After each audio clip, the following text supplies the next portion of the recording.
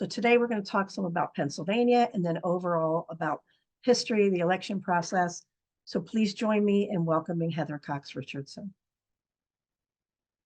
Hello, Heather. How are you? I've got to unmute you. There we go. I'm good. I'm good. I'm tired. I think we're all tired. Well, I But know you've spent 3 days here in Pennsylvania already this week at different events.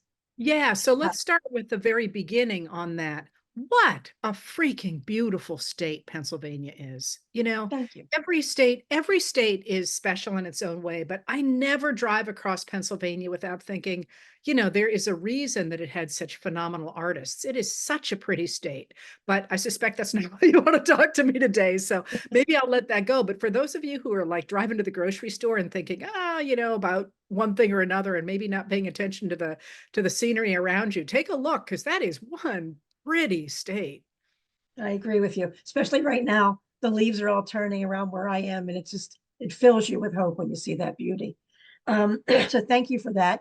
Did you pick up on anything as you were in three different areas? Because you were in Western Pennsylvania, you were in Pittsburgh, Erie, then Philadelphia. Are you picking up any differences across the state or Well, just a lot of hopefulness?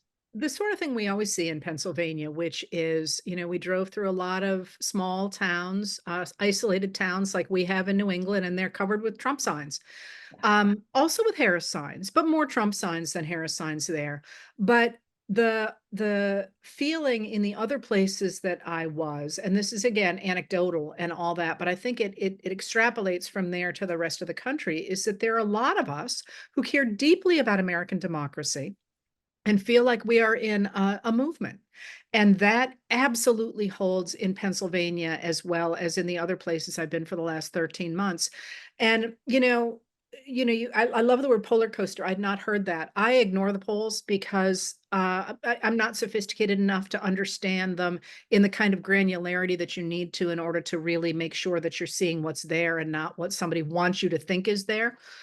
But so what I look at is I try and play the other side of the table. And if I think about playing the other side of the table in this election, I look at what the Republicans are doing, and it does not look to me like a winning hand. And I look at what people like Red Wine and Blue and my community and all the people who are working together to return decency and principles to America. And I think, this looks to me like not just a political change for this election, but a sea change in American history. And how freaking exciting is it to be part of that? If you had told me 40 years ago that I would be watching this happen and be a part of it, I would have been like, yeah, no, not me. That's not what I do. I sit at a desk and write. But that's kind of this magic of this moment, is that people who crunch numbers or take care of children or sweep streets or are lawyers or doctors or whatever, who said in the past, oh, not me, that's not what I do, have stepped up to the plate and said, well, actually, that is what I do. And that kind of momentum is unstoppable. I'll agree with that. And I'm feeling the same thing. Um, I have to say, I keep thinking, I can't believe I'm living through this history. So your perspective of it just really shifted everything for me. Thank you. I needed to hear that. Now, Pennsylvania, we're unique in many ways. How do you feel like we're different from other places? I mean, we take pride in calling ourselves a Commonwealth as if we're the elitist, but the bottom line is it all comes down to the same thing. Our votes are they're going to decide this election. There's a lot hinging here on Pennsylvania. So what do you see in our history, if anything, that will help drive the change here? Well, first of all, I think one of the real problems, if you will, with Pennsylvania is the the counting of the votes that doesn't start until the morning of, which I think is a very deliberate attempt to set up this idea that the election will be stolen. And the autonomy of so many of the election boards in the individual counties, which means that Pennsylvania becomes an extraordinarily partisan patchwork.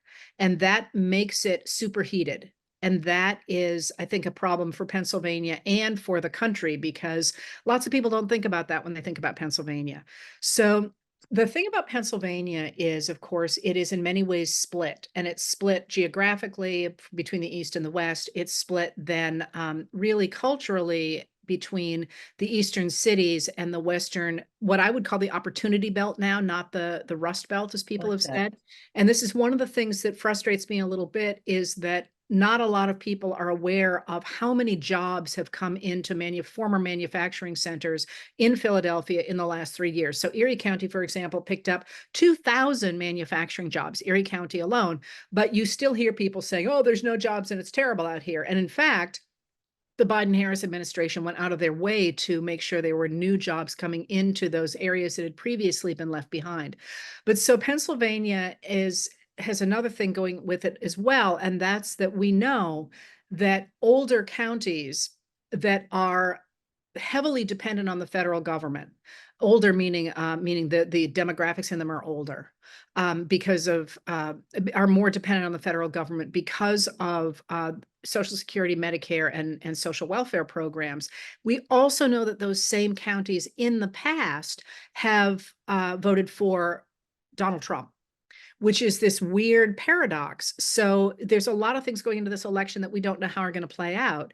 What do we do with the fact that the Republicans have been very clear that they intend to go after those programs? Are people going to go vote culturally, or are they going to vote based on what they really need? Similarly, one of the things that is astonishing in this election and that has shown up in Pennsylvania is that the people turning out to vote early, we don't know what's going to happen on election day, but vote early, are heavily older. And although Republicans and Democrats are split evenly in registrations, Democrats are outperforming Republicans by about 10 points in the early voting in that older bracket. Similarly, women are turning out more than 10 points more than men are, and they are younger women. They are new registrants, and they are not factored into those polar coaster information that you see around you. So Pennsylvania being there in the middle of the country, both geographically and demographically, and the split between the East and the West, then added in that sort of that political partisanship that has created a really combustible counting and election process, means that there's just so much riding on Pennsylvania in a way that honestly I don't think is fair to the people who live there, because you're living through way too much tension because of this weird setup. You nailed it. And we are living through horrible times right now where, it used to be, even in the Philadelphia area here, you would never question going out wearing a Harris t-shirt or anything. But we're starting to see, as again, the polls, they flooded the zone with right-wing polls and made them feel more confident. So now they're putting up more signs. Now they're commenting to people with Harris t-shirts where it never would have happened before. And it's contentious. How do you see Pennsylvania? We've got a lot of history here. We declared independence here. We're Valley, ready to take yeah. this on. And I live right near Valley Forge. I can literally get there in 3 minutes. So it means a lot to me, the history of all of that. My concern is it's going to be so tight, and it's going to come down to Pennsylvania many ways in determining the outcome of this election. How do we move forward with each other afterward? All right, so let's just start with what you just said there. November 6th is going to come, no matter what happens on November 5th. And then November 7th is going to come. And then November 8th is going to come. And this election matters enormously. But the world is not going to end the day after it. And one of the things that I'm interested in my own reactions to it is the degree to which I'm already thinking about what comes next, regardless of who wins. And the answer to that, I think, is twofold. First of all, I think the reason you're seeing such extraordinary anger on the part of right-wing MAGA Republicans, because remember, and I'm sure some of the people on this call are Republicans, old school Republicans, or would like to be Republicans again. And that's important, that to recognize that in this moment, all of us who care about democracy are making common cause against people who want to create an autocrat who will impose Christian nationalism on us. This is new in American history. This is not something that good Americans, and I will use that word, have ever signed on to. This is the fascists. This is the KKK. This is the elite enslavers. This is the bad guys over there, right? Indiana Jones beats up the Nazis.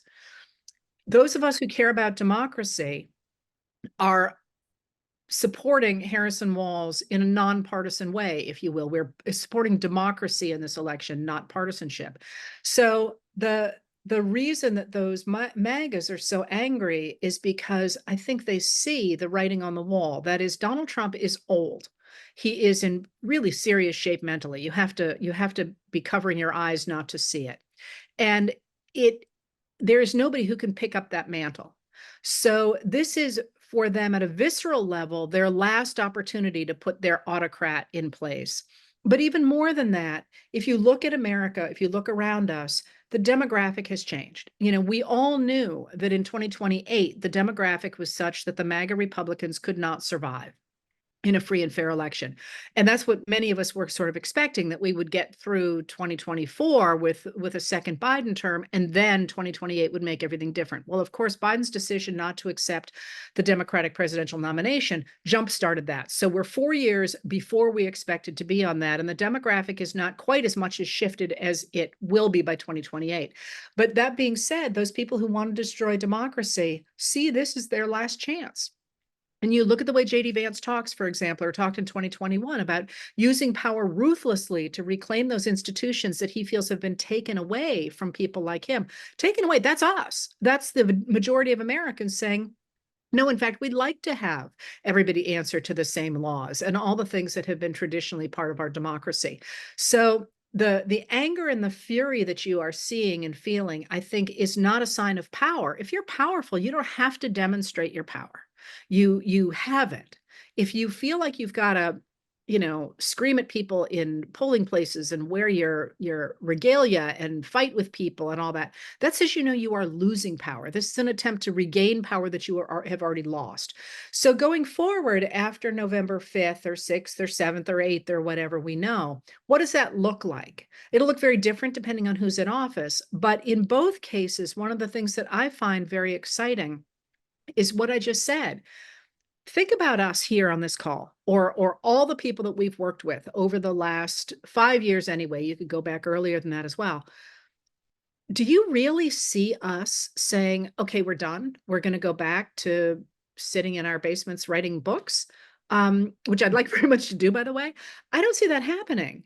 So I don't know what the future looks like, but what I see is those of us who have built this coalition continuing to use the skills that we have learned and the friendships that we have made and the networks that we have made to continue to push the ball forward in our various fields of interest, not necessarily in politics for everybody, because for many of us, this is a moment when we're doing it because this is where the playing field is. But there are plenty of playing fields out there that maybe people feel that are more instinctive to them.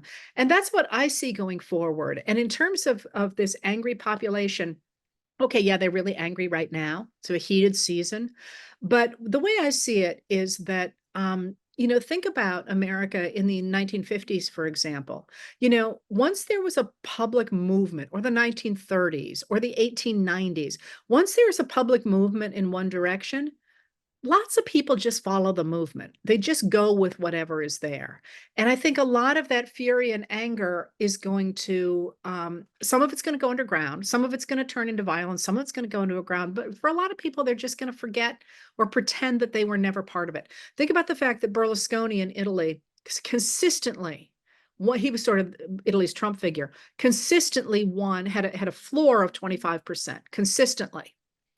He sometimes got more than that, but he had a consistent floor of 25%. And one of the things that researchers say now that they find so fascinating is that they cannot find a Berlusconi voter.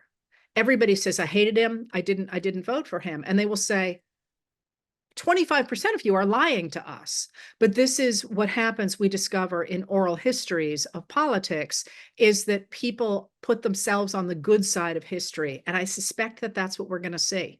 You didn't see people in the 1930s saying, yeah, I was a Nazi in the 1920s. They just didn't, because by then they had switched to, I'm a good patriot. And I think that that's likely that that's what we'll see. That's fantastic. I want to follow up a little bit on that. You talked about 2028 will look different.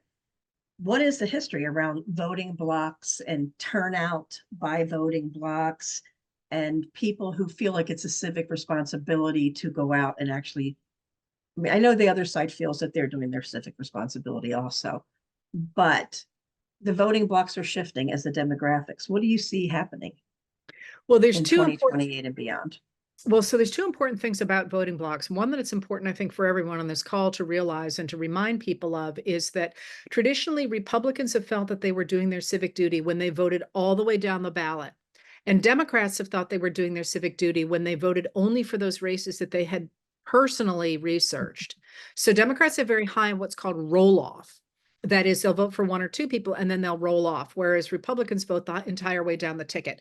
And that matters hugely in 2024 because so much is going to happen in the state legislatures in terms of certifying the electoral count, in terms of the laws going forward, in terms of the state government races, in terms of education. It's really important that the people who are trying to preserve democracy do not experience roll off. And this is the year to unlearn, I'm only going to vote for the things I know about. This is the year to just go democracy the whole way down the ballot.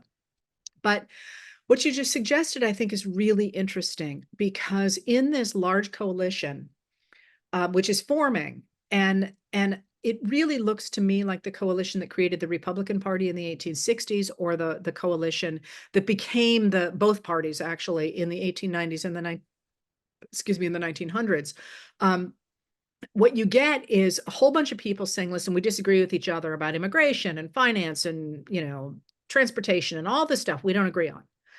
But we can agree on the fundamental principles of American democracy. But then on the other side of that, one of the things I see all the time now is people saying, well, I'm voting for Harris, but I'm still a Republican. Or, I'm a proud Democrat and I'm going with Harris. And one of the things that I kind of chuckle at internally is when you get this big public movement, on the other side of it, you get a new political system.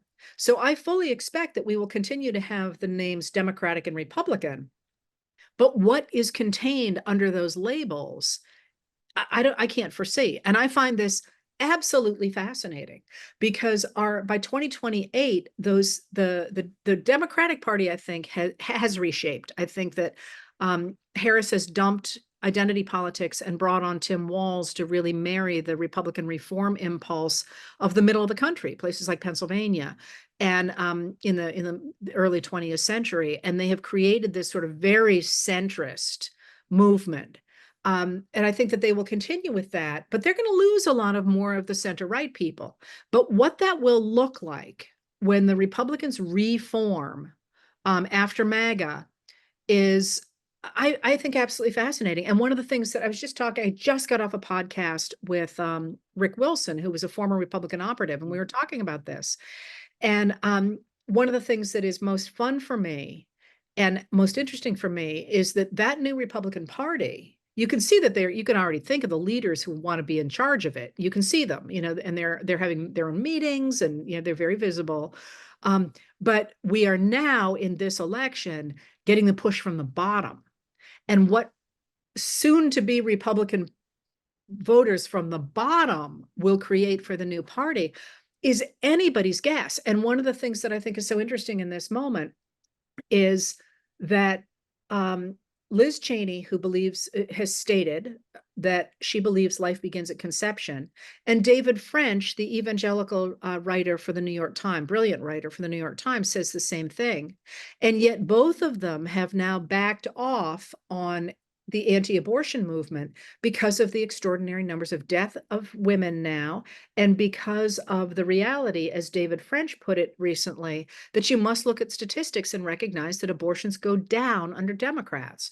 Well, so what does that say? That suggests that the whole anti-abortion thing that was so central to the identity of the party that became the MAGA Republicans, there is now room for a different way for them to conceive of the abortion issue in a way that it does not clash with the Democrats. So maybe if you move that off stage, what takes its place and how does that happen? And that's one of the things I hope people who are on this call who are Republicans or would like to be part of that new party will get involved in, make your voices heard, and create that new party from the bottom so I can then write about it. I'll buy that book. Next, I'm going to introduce Amanda. Amanda is our deputy director here in Pennsylvania, and she's going to ask some questions for you now. Amanda? There she is. Hi, Heather. Hey, Thank Maddie. you for joining us. Well, I'm happy to be here. How you feeling? We are feeling so hopeful and so much joy. But the questions I'm going to ask you are questions from some of the members. We asked in advance for some to submit questions, and so many people are feeling really nervous and really unsure of the what ifs.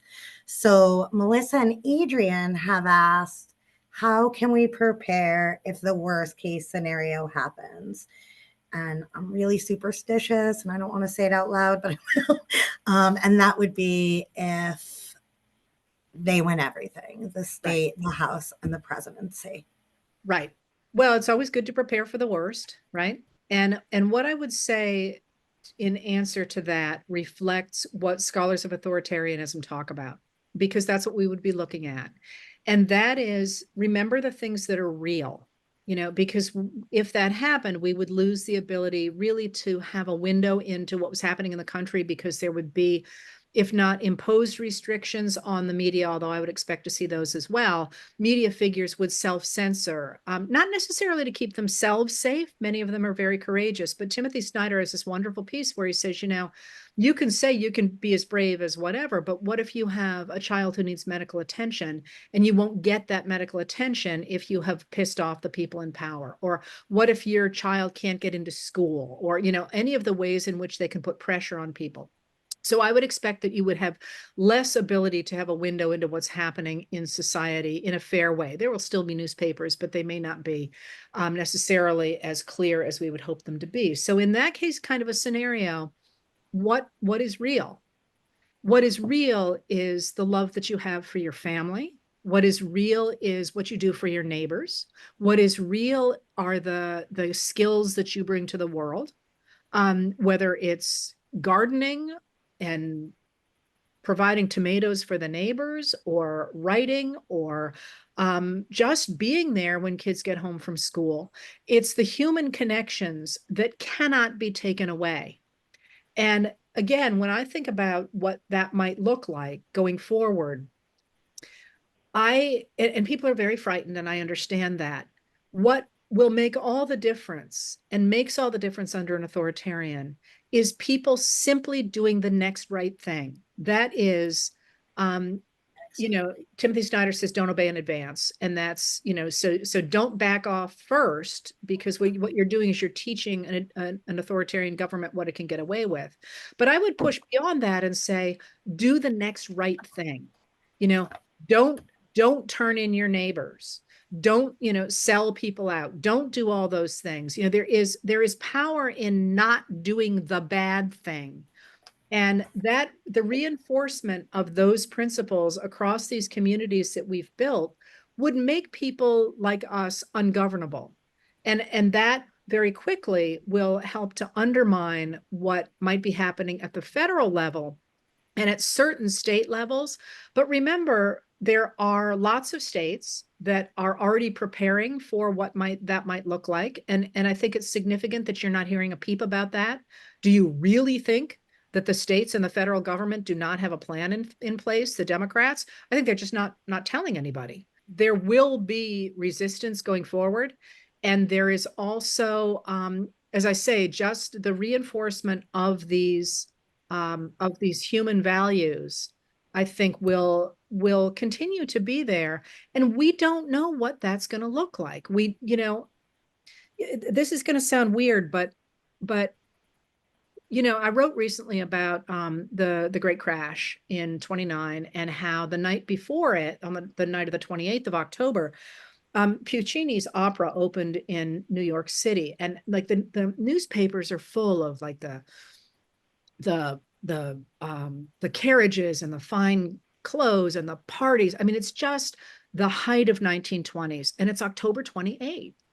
And in the newspaper that day, there's a little tiny article, the New York Times, a little tiny article about a man whose business has failed, and he takes his life that night. He dies by suicide that night. And every time I see that, because I've worked with that newspaper before, I yell at him, don't do it.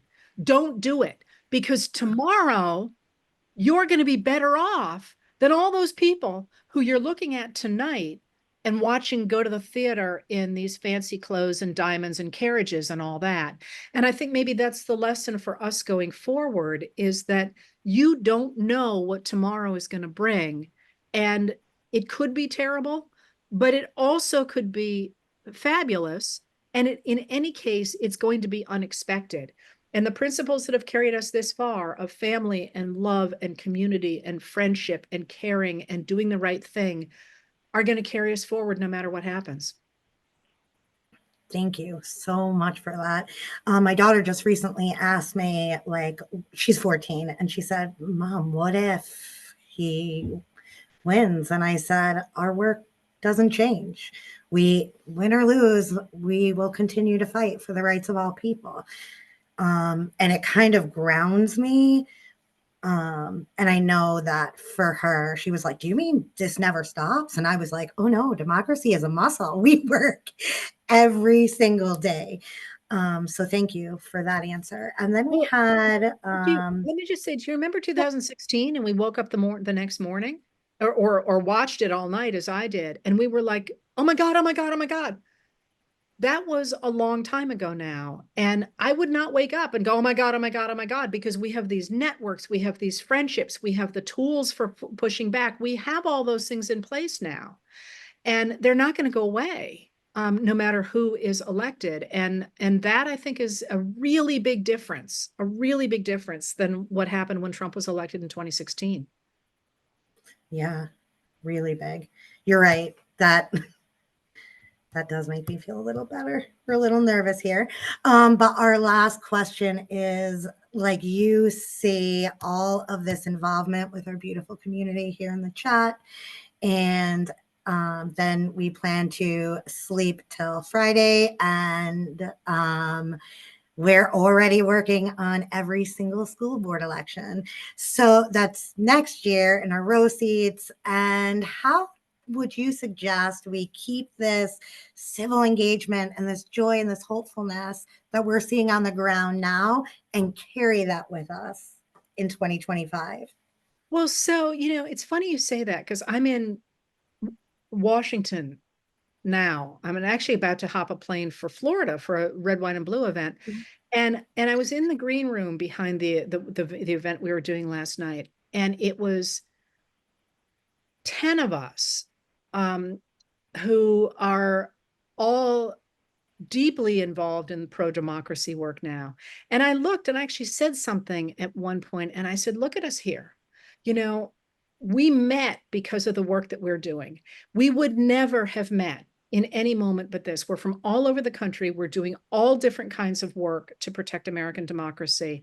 And we have each other's backs. If one of those people writes to me today and says, hey, I really need you to throw in a comment on this, am I going to do it? 100%.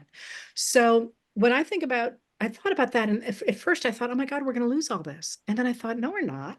We're going to take all this forward. And the one thing I would say about going forward is, for a lot of people, and maybe I'm only speaking for myself, but it's a lot. We have carried a lot for a long time. And it is perfectly reasonable, first of all, to back away when you need to, so long as you come back, but to recognize that you cannot fix everything. I care profoundly about climate change. I care profoundly about climate change, but I can't take that on as well as everything else. I have to trust that the people in that lane can do that. And one of the things that I would say in these off years, find your lane. Throw your heart into whatever it is that matters to you, because it's not only that you will be moving that ball forward, but that it will feed your own personal joy. And that one of the things that we always talk about, and when those of us who study authoritarianism and people who are talking about politics kind of make fun of us. Joy isn't a strategy, but it is a strategy. We know that authoritarians cannot take root in a community that is happy. And the feeding of your personal joy, the feeding of your communities in ways that bring you and your neighbors personal, not just satisfaction, but you feel good about it. You feel like you're part of something. You feel like you're bringing love and joy to a community. That is a political act. making sure that, you're getting enough sleep. That is a political act. And that's worth remembering going in the, we can't continue to function at this level for the rest of our lives. We just can't. But we can pick our lane and say, I am bloody good at organizing car washes to raise money for high school libraries. That's my lane, and I'm going to do that. You put me in charge of that, like all the cars get scratched and nobody makes any money, right? But find your lane and enjoy that lane while you're changing society. And again, that makes us unstoppable. Yes, thank you so much, Heather. I'm going to turn it over to my colleague, Stacy, who is our organizer in Lancaster, Dauphin, Cumberland, and York. Hi, Heather. I just want to start out by saying, let me get my notes up here from the chat. What I think is so notable from the comments in the chat is that we Pennsylvania women have the utmost respect for you and what you have done for us over the past several years. We're a community. I have seen so many comments here, thanking you for inspiring us and putting things into perspective for us and for always being our go-to in these very tough times. So I just wanted to start out by noting that.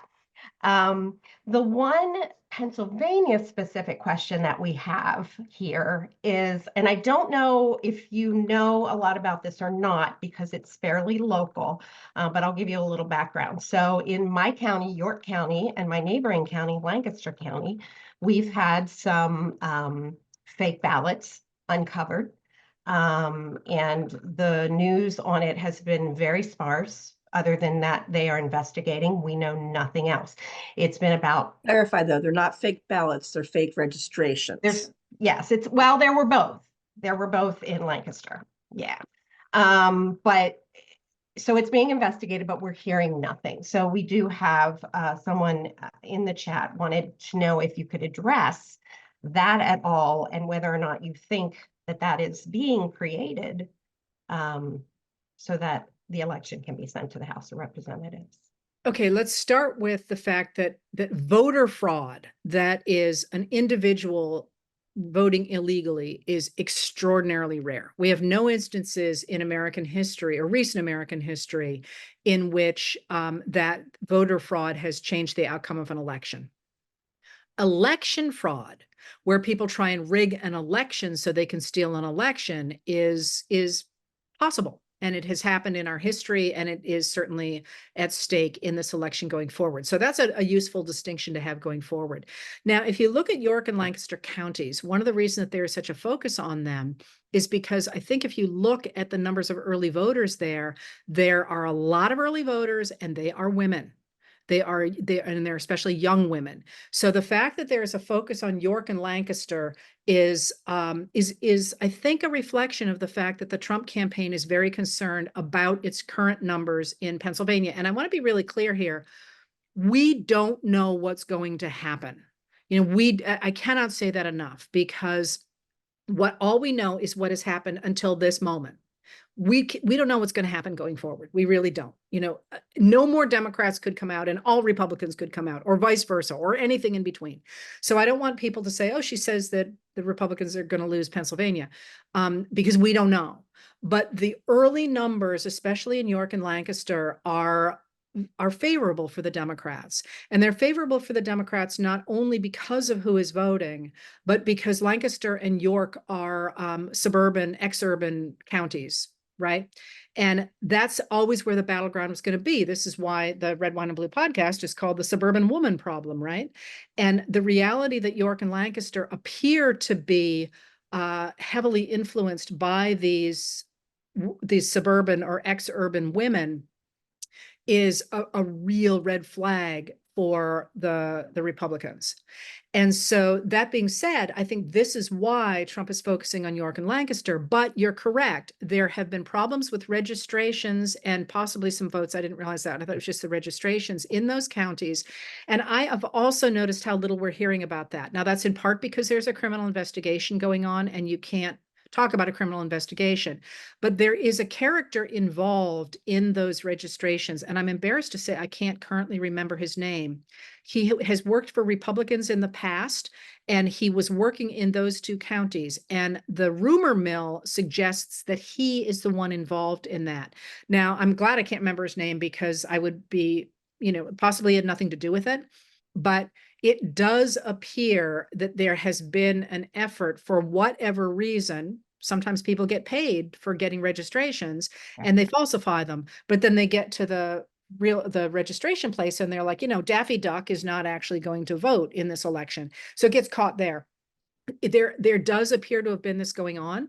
There probably is always this kind of crap going on, but it's getting a lot of attention in this particular election, and it will get caught with the election officials, who are terrific and have said we're going through these. Some of them are legitimate. Some of them are not. We have thrown out the illegitimate ones. We're tracing down all these people. We're finding out if they're real. If they're real, they are in fact registered to vote. If they're not, we're throwing Daffy Duck off the rolls. So I think you're seeing all these things, but it is a window for the concern of the Trump campaign about Pennsylvania, that he is already insisting that there is fraud, especially in those two counties, because those two counties are really interesting demographically and perhaps bellwethers for how those populations are going to vote in this particular election.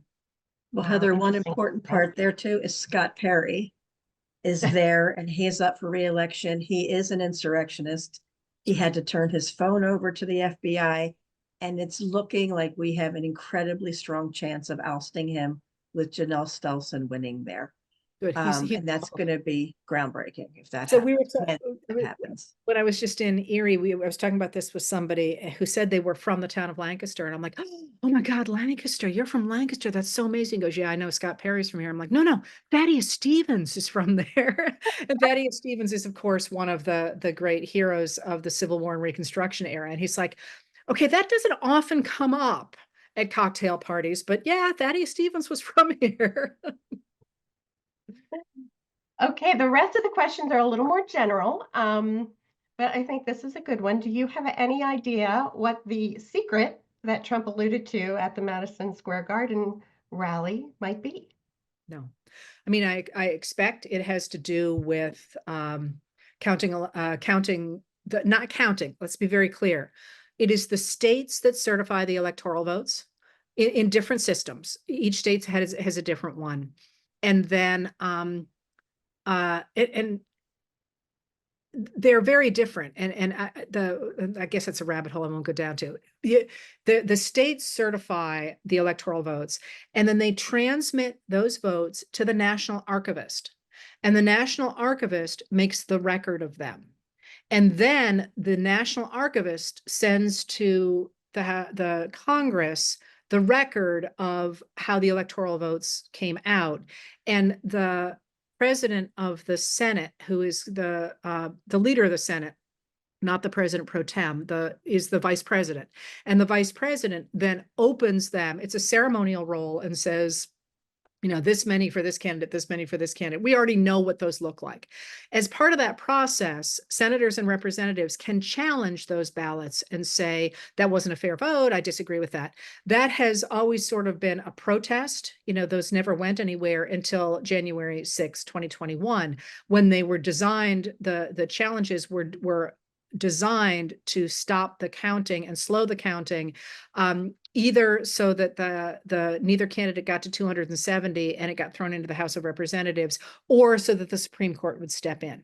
Now, one of the things that people have talked about before this election is that we don't know what would happen if there weren't a House Speaker in place, because the House Speaker is involved in the process of this, and people are saying that could be insurmountable enough that it causes a problem for going forward.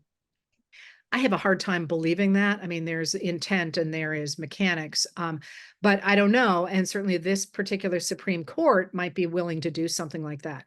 So we don't know what it is, what their secret is. What we do know it is that it is 1,000% unacceptable for the Speaker of the House to be colluding with either candidate for the presidency, that is a step way beyond any place that anybody else has gone. And to say that he feels comfortable doing it because of the degree to which, other people colluded against Trump is terrifying, because Trump is in trouble, not because the Department of Justice has been weaponized against him, but because grand juries of fellow citizens have said they believe he committed crimes. That's very different than the Speaker of the House saying, yeah, I'm going to collude with one of the presidential candidates to see if we can throw things his direction. Thank you. Sherry, do we have time for one more quick question? Okay. All right. What are your thoughts on J.D. Vance? And if Trump is elected, do you think he will pursue the 25th Amendment? So this is interesting. Personally, I don't see why he would need to. I mean, if I were J.D. Vance, I would say, I am so incredibly proud to be your vice president. I cannot do this without you. And you have such instinct and you're so good at this, but, you've got so much on your plate and there's so much for you to do. I'll just, I'll get the paperwork all in order for you to sign it and, take it off your plate so that I'll make it easier for you. I mean, doesn't that sound like what you do? I mean, Trump has no interest in governance. So I don't think, personally, I don't see why you'd need to worry about the 25th. You just get somebody else to do all the work and shove it under his fingers, because he's not, as I say, in mentally good shape. So will J.D. Vance try to 25th him? Maybe. But I think we have to assume that if you're voting for Trump, you're electing J.D. Vance. And J.D. Vance, I think this is really important. I did a very deep dive the other day on Vance and Peter Thiel and Elon Musk and the inspirations for the way they think about the world. And it's very important to recognize that branch of the tech bros. Now, I would suggest that people like Jeff Bezos are not part of that branch of the tech bros. It's a mistake to think of them all as the same, because they have very different business interests and very different ideologies. But that particular branch that is coalescing around J.D. Vance shares with white evangelical Christians like J.D. Vance. He's a recent convert to radical Catholicism. The idea that the U.S. federal government as it currently exists must be destroyed. They disagree about why, although Thiel is also an evangelical Christian. The people like Vance and his radical religious extremists want to destroy the federal government because they believe that its protection of equality for all undermines patriarchal society, the patriarchal society that they believe God intended. So by treating LGBTQ plus people as equal, and especially women as equal to men, it's where we get the idea that women should stay in abusive marriages and they should have babies or they're not worth anything, and all that sort of thing. By treating marginalized populations and women as equal to white men, they believe flies in the face of the godly morals that they believe a society should exist in. That intersects with the desire of those elite tech bros to destroy the American government, because they've said it on both sides. They have said we need to get rid of democracy, because they believe that regulations, business regulations, and the demands of the federal government for equality in contracting, for example, are stifling the creativity that those tech bros could bring to the table if they were allowed to do whatever the heck they wanted to do. So they actively want to get rid of government regulations and the government that they believe is stifling their creativity. So Elon Musk is behind the Trump Vance ticket, as is Peter Thiel. And the goal there is to get rid of the federal government. And that means all the discretionary spending, that is, social, the education and transportation and health and all of that goes. And a lot that they're also going to have to, if they really cut the way that Musk has said he is going to, they must get rid of Social Security and Medicare as well. I mean, really just cut everything to the bone. Curiously, they're not talking about slashing Musk's billions of dollars of contracts from the US government, just saying. But it's really important to recognize that that is what is on the table. And part of the plan there is to crash the US economy. That's not a bug, that's a feature, because the idea is that if you crash the economy, you will, first of all, be able to get away from the US dollar as being the currency of the world, which will give huge advantages to people who are in cryptocurrency, which is one of the things that Musk backs, and so do the Donald Trump children. Trump doesn't know what he's dealing with that, but the boys really like that. That will enable you to essentially decimate the modern world and permit both the evangelical Christians and these elite tech bros to pick up the pieces. Now, that's the plan, but I will tell you as a historian, these plans of these utopians who think that they will, if they just get rid of the present, they're going to be able to create something in the future, 100% of the time have left behind the reality of human societies. So aside from the extraordinary damage that that devastation would do, which is, you said, you saw Musk say this week, he's perfectly happy to create this extraordinary hardship for a couple of years because then everything will be good. Well, what'll be good is that he will then be able to pick up everything at fire sale prices. And the trick to that is that they have these fantasies, but the reason we don't have a world like that right now is because that's not how human societies work. And the divorce between the reality of human society and what they envision is really devastating. And the trick to this is they will create this damage, and there will never be that utopian future. There will simply be the damage, and then they will, wash their hands of it and say, well, it's not our fault. Everything fell apart. It's all you people. And that's a really big problem. So again, I'm very concerned about JD Vance, but if it happens, we'll cross that bridge when we come to it. I will also say they're incredibly inefficient at what they do. But it is important to understand the ideology there, because it is a dangerous ideology, and dangerous not only because of where it ends up, but because it is one of those, and you see it all the time in history. It's a lovely thought on paper, but these people who have these ideas, it doesn't work real well in the real world. And I always think of another person who appears to have thought like this is the man who was in charge of the company that built that submersible that went down to the Titanic. He didn't want regulations. He didn't want any of that stuff because he had this great vision. I don't want to be on the world's submersible. Excellent. Sherry, I'll turn it back over to you. Thank you, Stacy, for gathering the questions. And Heather, I have one final question for you. You have been such an amazing friend to Red, Wine, and Blue. You're heading down to help us with the big event in Florida tomorrow. What is it about our community that draws you to Red, Wine, and Blue and offers so much support? So I think our communities are the same. And what I love about this community and the community that gathers around my letters is we're ordinary people. We're decent people, but we're people who weren't necessarily engaged in the political process and perhaps felt that it was something that was happening outside of someplace we were. And in some ways that manufactured a sense that we didn't have a lot of control over the direction of the country, I think. And what we have done is we recognize that we, not just ordinary people, we people who belong to organizations like Red, Wine, and Blue are the country. We're the engine room. We're the people who are making things happen. We have agency. And that recognition is, I think, quite literally the centerpiece of American democracy.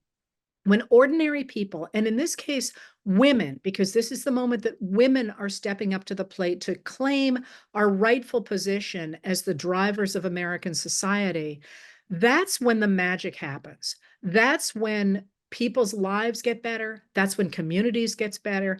That's when the world gets better. And so I love all of what I do, but man, there is nothing better than hearing somebody say, well, I didn't dare speak up about this until I started going to Red, Wine, and Blue.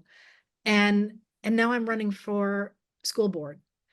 Or I spoke up to my father-in-law. Or, it is a sense of the awakening of a human being, the awakening of a community, the awakening of a country, but also I think the demonstration of what I would consider to be the ultimate end of humanity, the idea of people taking charge of their lives and determining the future under which they want to live. And that is always cool. And we are not doing it for the money. We're doing it for those fundamental civic, personal, and human goals. And to be able to watch that happen, I mean, it's just, it as I say, it's where the magic happens. Why would anyone want to be anywhere else? Well, I'm sure glad we have you on our side. I love your letters every morning. People have been talking about that in the chat. So Amanda, do you want to come back on and just wrap it up? Thank you all. And thank you, Heather. This has been just wonderful.